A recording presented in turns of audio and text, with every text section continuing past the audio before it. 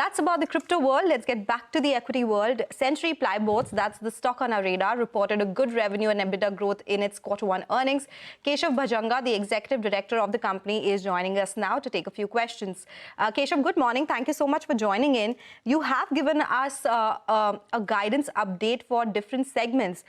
So let's drill it down further. Let's talk about how the prices of timber and chemicals are currently compared to last year. What is the outlook going forward? Because your margins have been flattish on a YY basis if we talk about a consolidated level. What is the overall margin expectations when it comes to FY26 and FY27? Good morning. Thank you so much for having me on the show. I think with regards to the expansion in EBITDA margins that you're talking about, if we look at EBITDA without Forex, it has actually gone up by about 29%. So it is quite a big delta. But as you know, the euro and other currencies have shot up. So because of that, EBITDA post Forex doesn't seem to have much of a change. Having said that, in terms of raw material prices, timber prices as far as MDF and particle board have certainly eased up slightly. I think the peak or the highest raw material prices are now behind us. So going forward, I think this should aid margins in the sector. As far as chemical prices are, they are pretty much stable. There isn't a very big delta. There are small changes that keep happening, as is usual with commodities. But I think in terms of margin guidance, what we had committed, 12 to 14% for plywood, high single digit for laminate, 15% for MDF, and steady state 15% for particle board once the new plant ramps up. I think we're well on line to achieve the same. Okay, so the margin guidance across all segments remains the same. Even your sales growth, 10% plywood, laminates 20%, MDF 20%, particle board 40%. Keshav, these numbers also, you maintain them, this guidance? Yes, definitely. I think, considering the overall slightly bearish scenario in the industry, our overall growth of 16% on a consolidated basis has been healthy, and we have exceeded the guidance given across segments. Plywood has had a revenue growth of about 15%. MDF has had a revenue growth of 23%. So the miss has been predominantly on account of particle board because the new capacity has not come in. And in laminates, where the execution, finally we are seeing improvements on ground, but the scale up is taking slight amount of time. So on laminates, do you maintain your 20% consolidated guidance? And on particle boards, the 40% sales growth, considering in Q1 there was a decline? Yes, definitely. Particle board, the new capacity is actually a 800 cubic meter plant. And our earlier capacity was only 250 cubic meters. So the plant in itself is more than 3x the earlier capacity, and we were hamstrung by capacity.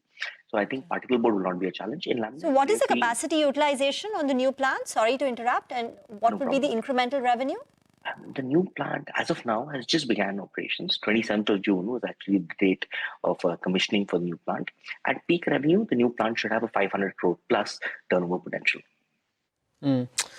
Keshav, how has pricing been so far? What about timber and chemical prices? Timber prices have remained at slightly elevated levels. Have they seen some moderation? And if not, are there any plans to pass on those elevated costs to your consumers? I think I just mentioned slightly earlier that timber prices have moved past peak. They have cooled off slightly, and I think the highest or the peak of timber prices is behind us. Chemical prices are more or less consistent, so I don't think there's too much of a need to increase prices at this point in time. But it's a wait and watch scenario. Going forward, we will see, and we'll play it by how demand and raw material prices pan out. Got it.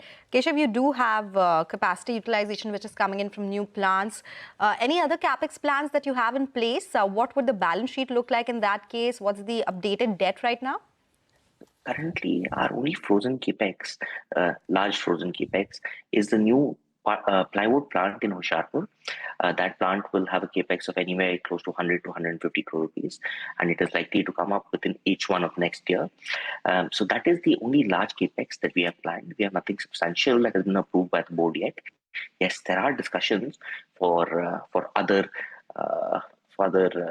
expansions, but nothing has been frozen yet. Having said that, with regards to debt, I think our long-term debt is within 800 crore rupees. And going forward, the objective is that we will deleverage the balance sheet over the course of the next few quarters. As you can see, our cash generation is quite strong and profitability continues to improve. So I think within the next year and a half, our objective will be to get back to practically zero debt levels. So from 800 crore, you're saying you will be a zero debt company in the next 1.5 years, purely led by internal cash generation and accruals, not some external. Got it. Thank you very much, Keshav, for joining in. Always a pleasure chatting with you. Get into a break. In the